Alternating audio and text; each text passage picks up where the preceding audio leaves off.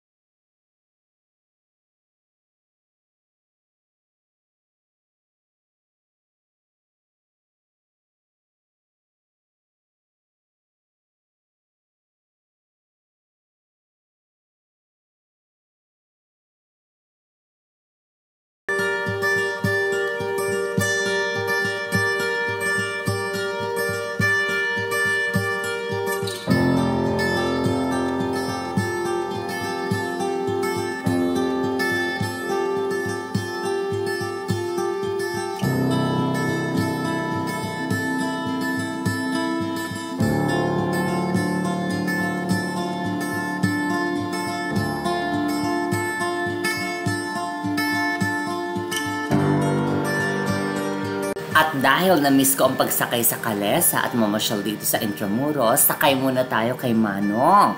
At sa kabayo niyang si Cardo sa halagang 200 pesos. Sulit na sulit na. At konting chikahan muna tayo with Manong.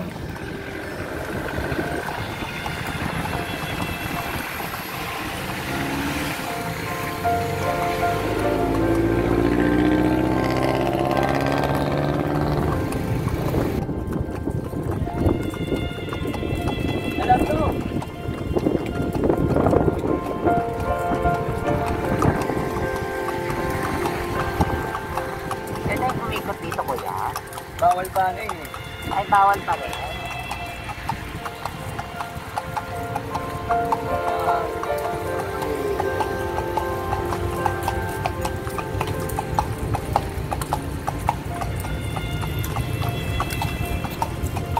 Baka sa ano, pwede na dyan. 15. Okay.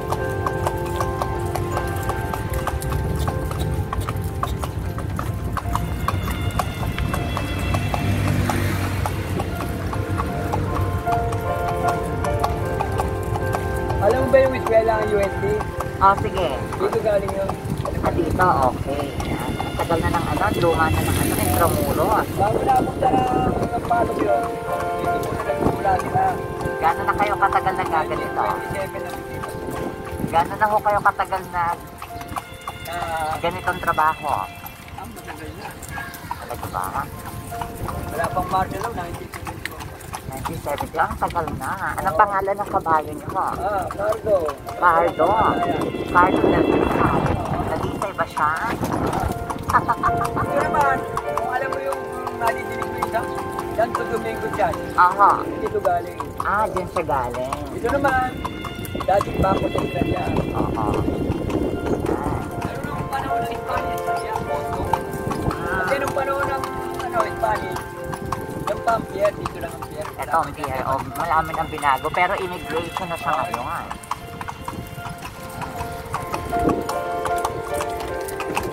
Kasi nung panahon ng mga Spanish, dito sa Intramuros sa kanila. Kasi, ano tayo, sinakop tayo ng Spanish for 333 years. Tama po ba? Di ba? So, dito talaga, ito yung pinaka-citadel, pinaka-kabisera noon, di ba? Oo. Kaya dyan nga dinala si Jose Rizal, pati ang Gumbusa. Bakit mo lang? Of course, kailangan lahat po natin na pag-aaralan yan. Araling panlipunan. We have to go to school to study our history and to cherish our history, di ba? Tama.